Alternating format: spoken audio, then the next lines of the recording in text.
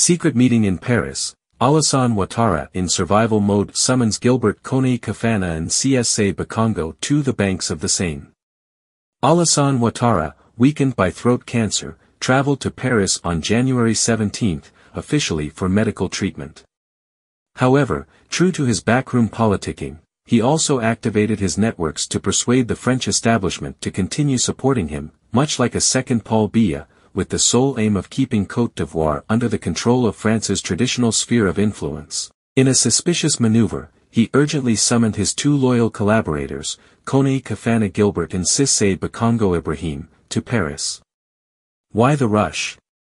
What are they plotting in the shadows? All indications suggest that this meeting is connected to the announcement of his candidacy for a fourth term, initially planned for January but postponed to March on the advice of his inner circle.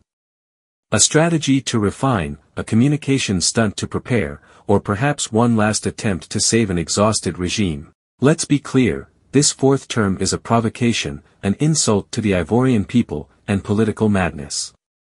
This decision, imposed by a despot refusing to relinquish power, is a fatal error.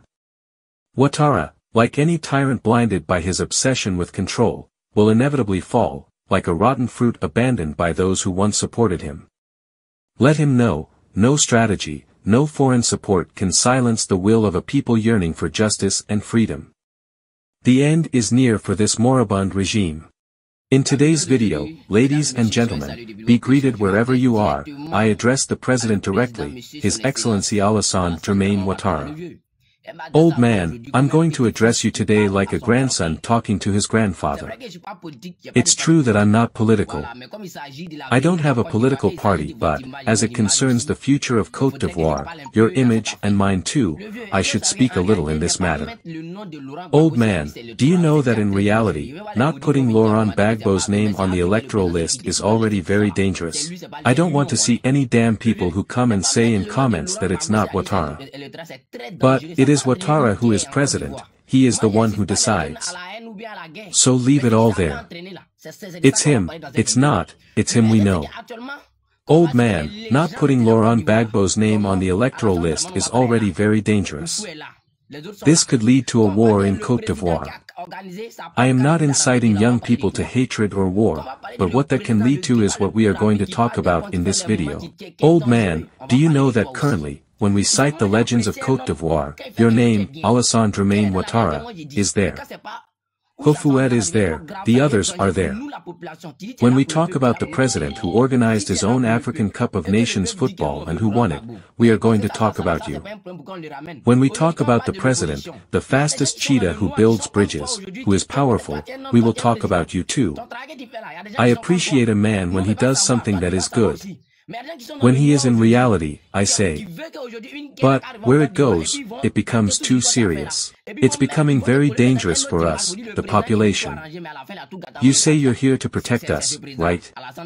If you are there for the people and the people say they want Laurent Gbagbo, I think it is not a problem to bring him back. Today, when we talk about the opposition, there are people who are in the dark, who are perhaps against you as president. The work you do, there are people who are against you. We can't know, neither can you. There are some who are in the dark today, who want a war to just happen in Côte d'Ivoire and then they will destroy everything you have done. And then, they will give you another image by saying that the president who came to fix everything finally destroyed everything before leaving. This president is Alassane Dramane Ouattara. But, we don't want that to happen to you. We have known you as president, the one who is there for the people. The Ivorian people called you and you came. It is the same people who tell you to put the name of your brother, of your colleague on the electoral list. You will thus go to the election, because if you do not put his name, it will sow doubt in the heads of others. They will say that it's because you are afraid of him. Laurent Gbagbo was president of Côte d'Ivoire. If he were an assassin, the Ivorians would not say that they wanted him again, that he would bring Laurent Gbagbo back to them.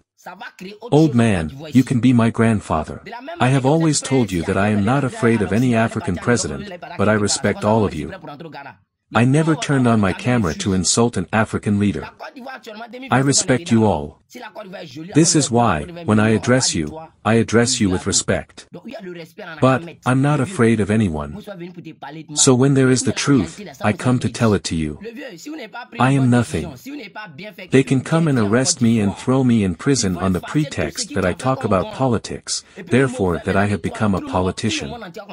But something that is dangerous for the population, that's what I'm talking about. Often I go for a walk when I have a little time and see the comments from the Ivorians, from those who make videos and who demand Gbagbo. It's not a game. And if his name is not on the electoral list, that will create something else in Côte d'Ivoire here. If there is a war, the way you are ready to go to the West, Europe or elsewhere, that is how I myself am ready to go to Ghana. Not everyone will have the opportunity to flee. If Côte d'Ivoire is beautiful today, we're talking about you, the old man. Where there is respect, we must put it. Old man, I didn't come to speak badly to you, but it's the reality that I'm telling you. Old man, if you don't make a good decision, if you don't do the right thing and war comes to Côte d'Ivoire, they will erase everything you have done well. Your bad side after this, the whole world will talk about it. But, we don't want that to happen to you. Excellency, excuse me, I'm going to drink a little of my juice to wet my throat, even if it's not a juice worth billions. Afterwards we will continue. Mr. President, you can say that the country is safe because the defense forces are there. But that's not the problem. When we talk about war, it's not necessarily weapons. There is what we call civil war. If a civil war breaks out, no defense force will be able to stop it. If Gbagbo's supporters stand up, there will be a problem. This is called civil war. Civil war is more dangerous than that between two countries where we take up arms. It's very dangerous. We don't want this to happen in Côte d'Ivoire. When the population asks for someone, even if it is a madman and this madman is called Gbagbo, bring him back. We didn't say he already won. They say put him back on the electoral list, you will compete and the best one wins. Mr. President, please, so that Côte d'Ivoire does not become something else. I myself can be put in prison because I am telling the truth. But, where there is truth, there are always problems, it's true. So, I can still know my fate, but it's not a problem. Accept it so that people do not die for nothing again, so that blood is not shed again. We need to understand certain things, African people. We are together. It was General Delta. That's why my grandfather always told me that a wise old man warns before it happens. We must not let this happen and then come and say that I, the Delta, knew that this could happen. It's better that I talk about it, even if it will cause me problems. But, it is for my people. There you go, I can die for the nation, it doesn't matter. But it's better to prevent. This is what my grandfather gave me as advice before he died. Chris Yapi does not lie. Find Chris Yapi on his 2 YouTube channels, his Rumble channel, his TikTok, X, Instagram, VK and Threads accounts.